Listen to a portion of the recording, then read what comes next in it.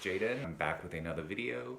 It's a beautiful morning in Los Angeles today, and I'm up really early. Today I wanted to make a video on OCD and being obsessed over the symptoms that adrenal fatigue and anxiety disorder could cause. If you're going through adrenal fatigue and anxiety, you know that there's so many different symptoms, and I've made quite a few videos on them up here. I'll link them. And there's so many more. Everybody has different symptoms, and so it can get really intense, and then once you've been experiencing the symptoms, it could lead to you feeling obsessed about your health because you're feeling different symptoms all the time. So then you're like, oh, is it this, that? And you start to become really obsessive about all the different sensations in your body. And then sometimes people naturally Google symptoms, and then Google will then show them more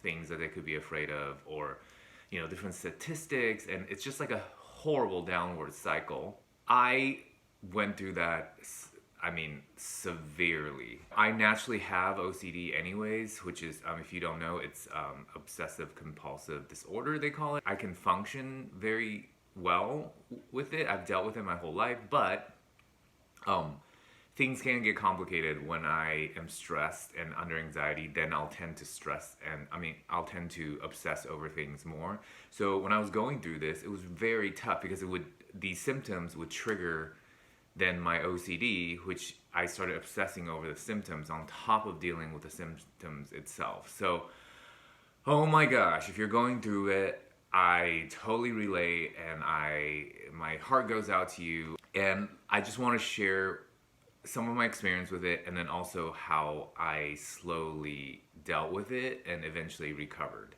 When you're getting these symptoms and they start to cause you to have a reaction of fear, usually this fear is because ultimately leads to the fear of death, right? So you get a symptom and you're afraid that it could be some crazy chronic psycho disease, and then you're afraid that your life might be over because of this.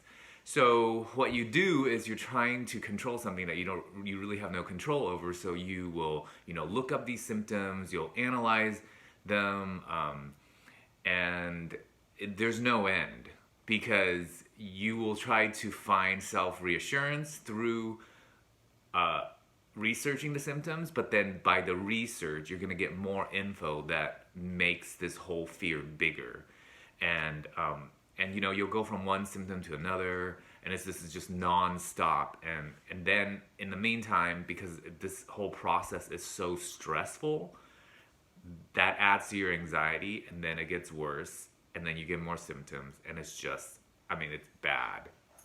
So you have to make a decision. This is what I did. And again, I'm not a doctor or therapist. I'm simply sharing my experience, and I hope it helps you if you're doing research on this. Definitely get yourself checked out by a licensed doctor or a therapist on all this.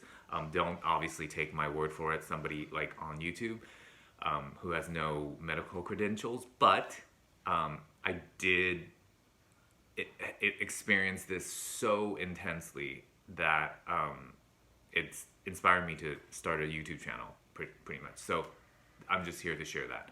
So, okay, that being said, I finally was so pushed against the wall by fear, because I was just waking up, feeling the symptoms, so scared that it was going to be something terminal, all the scary things I thought of, like cancer, tumors, Parkinson's, ALS, MS, maybe I was going crazy, psychologically. Maybe there's a new disease that's not even found, and I'm the first person who's experiencing it. And all those thoughts, it's because when your hormones are in balance, or this is what happened to me, when my hormones were in balance and it caused me to have anxiety, the anxiousness and in the state of adrenaline and fight or flight mode that I was constantly in causes you to be more emotional and more affected by fear and like intense emotion. When naturally you could, or normally you would feel rational about certain thoughts, when you're under that anxiety, you don't. You're irrational and you obsess. First, I had to realize that and decide to know that, because when you're in it, it's hard to, your brain just doesn't function the same. So you're feeling all these things and you can't get out of it because that's how you feel and that's how your brain is, operating. So I had to go against what felt in that state was natural, which was to be freaked out and obsessive. And I had to go against that and just train myself and discipline myself and said, this may be how I feel, but I know better. So, and it does. It takes practice and it takes consistency and it takes a lot of inner strength because, it's scary. The fear of death can be very scary to people. So first I had to realize that I had to realize that I was in the state I was at, and I had to decide to feel and think against that. So that was first step. And then 2 was I had to just face the facts of life, which is we get created and we come here and we live a life however you choose to live it, and eventually one day we physically have the death experience and we transition as our spirit, energy, whatever religion or whatever spirituality you believe. Sorry guys, I had to shut the blinds because the morning sun was getting so intense. Like, I don't think you guys could see very well.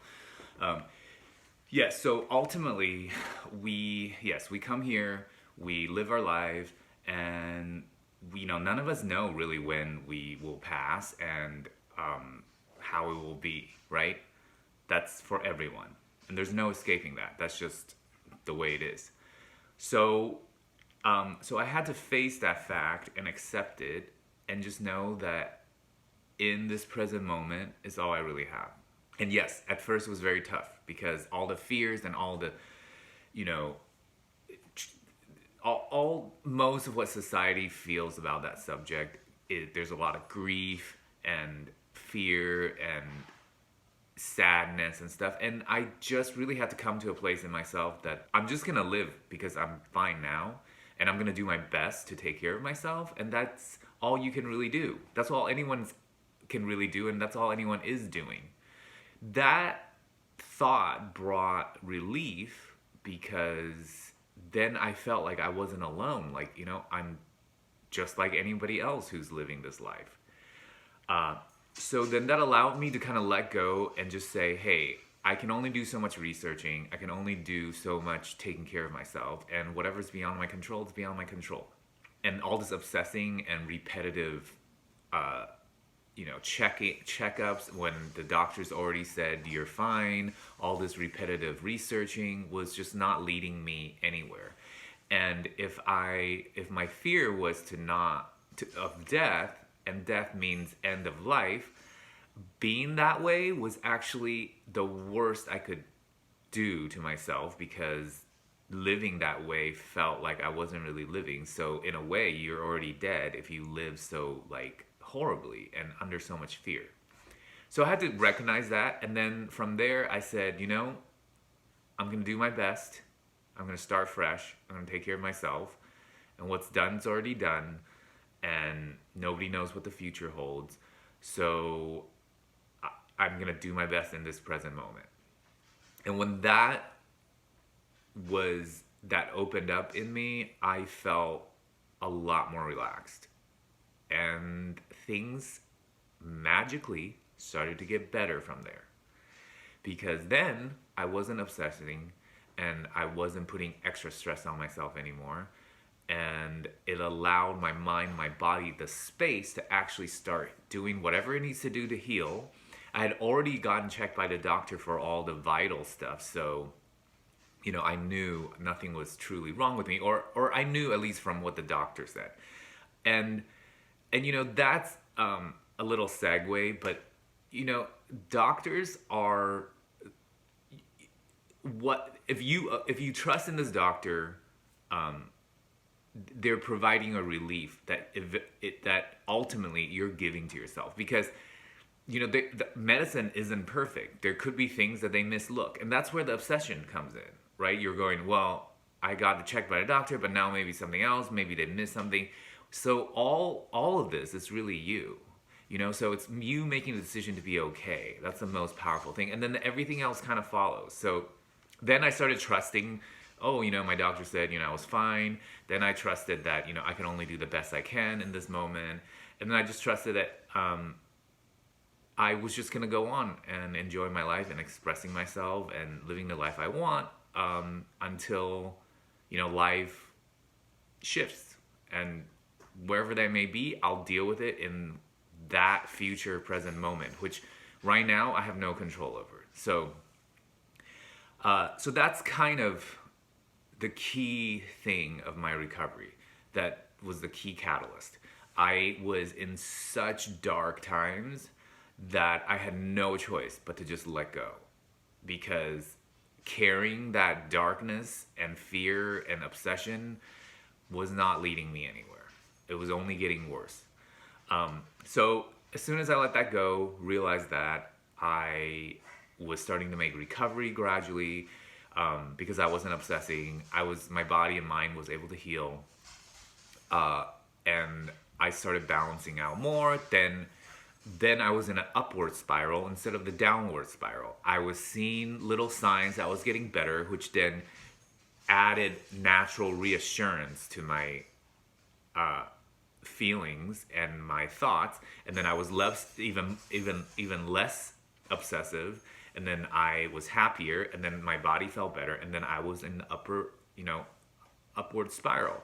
And then very soon after that, I saw tremendous, you know, progress. So then I, you know, felt better.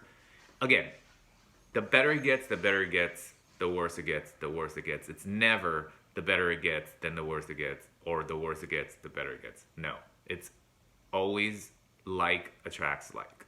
So you got to be the catalyst of shifting which way you want to go. Okay, that's the most powerful thing you can do. Okay, and once you've done that, honestly, the right doctor flies into your experience, you feel better, you accept what's better instead of continue to be obsessed over what's not better. You focus on the good stuff instead of the bad stuff, and your focus is going to bring more good stuff, and that's how it goes. I've made other videos about laws of attraction, which is kind of my principle I live by, and I wouldn't call it religion or really spirituality, but just kind of my belief system. And I've been lucky enough to been raised and grew up that way. So it kind of relates to that type of mindset that I have, the way I found my catalyst for recovery from all this. And I know, guys, it's really, really hard, and girls, it's like when you're in it, you know, every cell in your body is telling you to freak out and obsess. And but I'm just here to tell you, for me, in my experience, in my journey, I had to come to that dark place, and then I had to let go. And once I did, everything gradually recovered from then on. Until then, no herbs were working for me. No vitamins were really working, because I wouldn't be able to be consistent or trusted that it's going to do something. And, you know, I was all over the place. And and the symptoms were worse and worse, because the obsession brought anxiety, and anxiety brought more symptoms and less rest and more hormonal imbalance. And that's the downward spiral. So I shifted. I went onto the upward spiral. I'm still riding off that wave. And yeah, I've made my full recovery. I'm definitely not, I would say I've made full recovery, but I'm definitely not in the clear where I don't watch myself anymore. Like I don't have too many late nights anymore, just cause, you know, I don't think my storage has been refilled. I may be completely recovered, but I wasn't like myself before, where I had like extra storage of energy. So now I'm working on getting myself back into peak health and fitness, and then allow myself to then restore that extra energy, so then I could really feel like, oh, well, some days if I pushed more and I didn't treat my body as well as I could have, I will still be fine because I have this like extra stored again. Okay, right now I think I've gotten myself back to 0, a little bit above, but I'm not in that surplus mode yet, but I'm definitely getting there, and obviously I will keep you guys posted on my videos on that, along with all the other stuff, because my life isn't just about this hormonal imbalance and health crisis. It's about so many other things, and I've started to share more and more of that in my videos. So yeah, guys, I really hope this video brought you some ease and some, you know, that you're able to relate with it and it like helped you, because that's the most important thing I would like to bring through my videos, is that, you know, no, I'm not a licensed doctor or therapist, but I can, as a human being, share things that work for me, and if that makes you feel better, that's really powerful, you know, because feeling better in my world is the most powerful thing. Okay guys, thanks so much for watching. It's not a fancy video today, but it was actually probably going to be my longest one. I'm not sure. I'll see after I edit. So I hope you have a good day, week, night, wherever you are, whatever time zone and whatever country. And I hope you enjoyed this video again. Please subscribe to my channel if you haven't and you want to see more videos like this and other videos of all the fun stuff that I'm passionate in my life. And eventually I'd like to create more scripted content with my background in acting and screenplays, writing, and stuff like that. Sorry, I gotta sneeze for a second.